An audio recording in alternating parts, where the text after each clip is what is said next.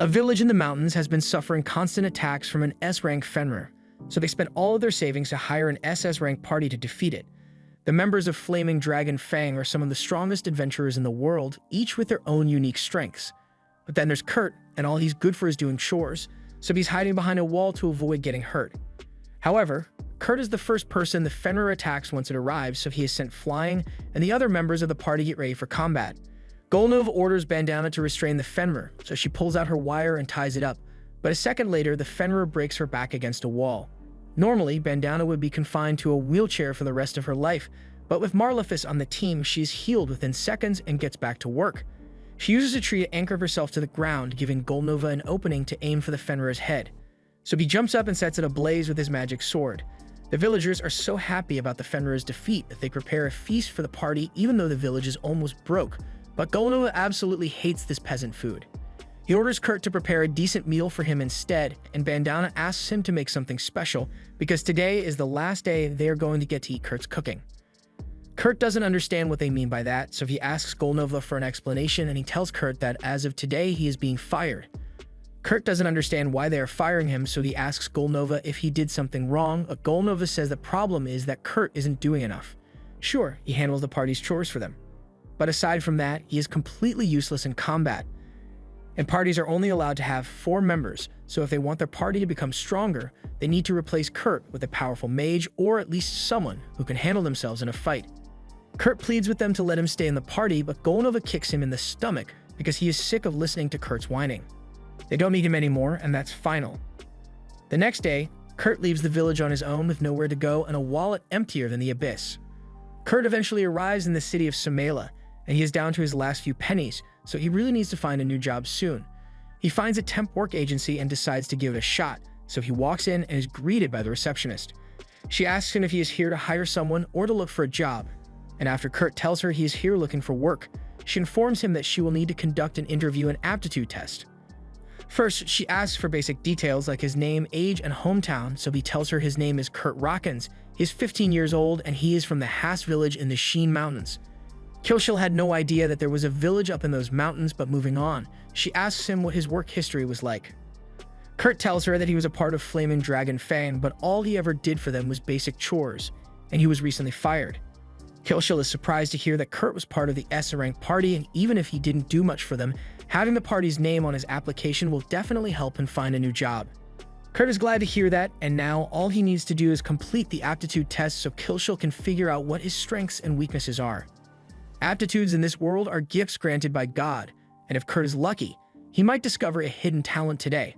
Aptitudes are graded from G rank all the way up to triple S rank.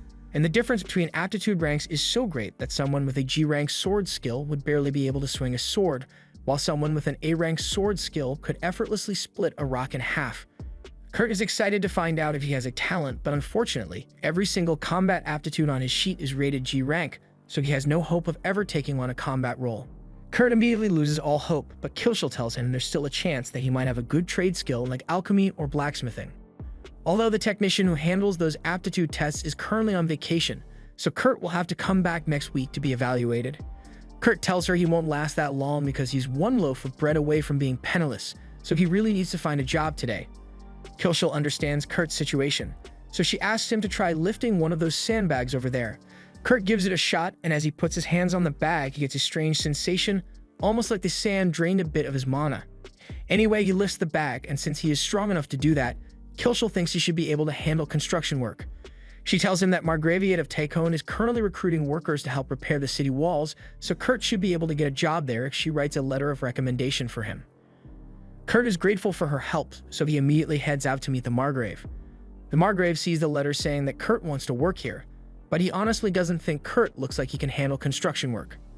But then again, he needs all the hands he can get, so he decides to give Kurt a chance. He tells him to mix up some cement and use it to repair the wall, and his pay will be determined by how much work he puts in. The Margrave will be back to check on Kurt's progress later, and he tells him that he had better get to work soon, because if he hasn't used at least half a barrel of cement by the time the Margrave is back, his pay is going to be low. Kurt wants to ask a question because the Margrave never mentioned anything about pouring mana into the cement to strengthen it, but he decides to stay quiet because it's probably common knowledge. Still, He's surprised that the quota is only half a barrel of cement because that seems way too easy, so Kurt decides to use as much cement as he can before the Margrave returns. By the time the Margrave is back, he is shocked to see that Kurt has already finished an entire section of the wall. Kurt apologizes to him because he could have done more, but he ran out of cement halfway through. The Margrave is still having a hard time believing that Kurt really repaired over a third of the huge western wall, so he asks Kurt how he managed to repair the top of the wall, and Kurt explains that he just threw the cement up there and used a stick to smooth it out.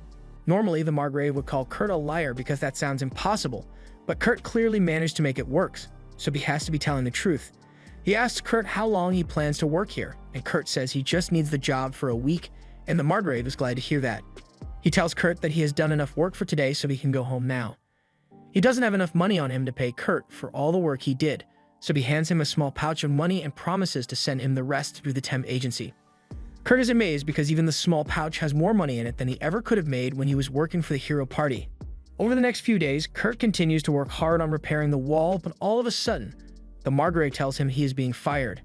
Kurt asks why, so the Margrave explains that the wall repairs were supposed to provide work for people in poverty, but Kurt is way too efficient, so if he keeps working here, then there will be no work left for anyone else. He isn't mad at Kurt or anything, but from what he has seen, Kurt's ability is at least double S rank, if not triple S rank, so he would be better off working on the royal capital or something. He gives Kurt a lump sum payment as compensation for being fired so suddenly and walks off. But Kurt completely misunderstood the situation and thinks the Margrave just wanted to get rid of him for being a terrible worker. He heads back to the temp agency and meets with Kilshel to tell her he got fired, and it's still going to take a few days before Kurt can have his trade attributes appraised.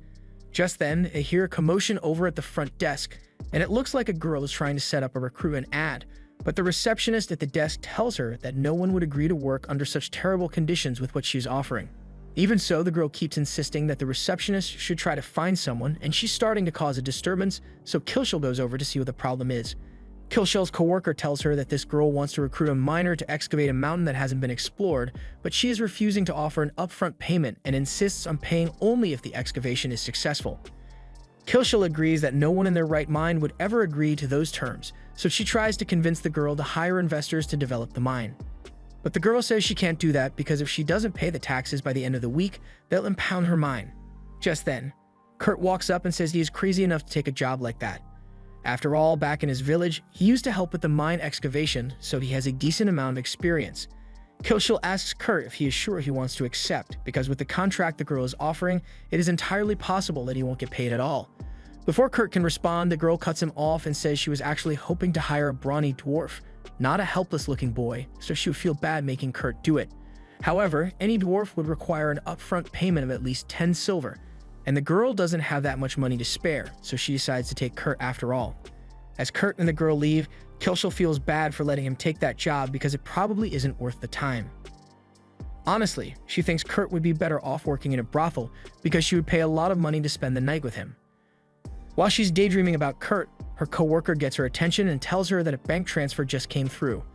Apparently, it's the remaining money the Margrave promised to send to compensate for all the work Kurt did on the wall, and Kilshel was expecting it to be something like 50 silver, but it's actually a check for 200 gold, and that's a lot of money.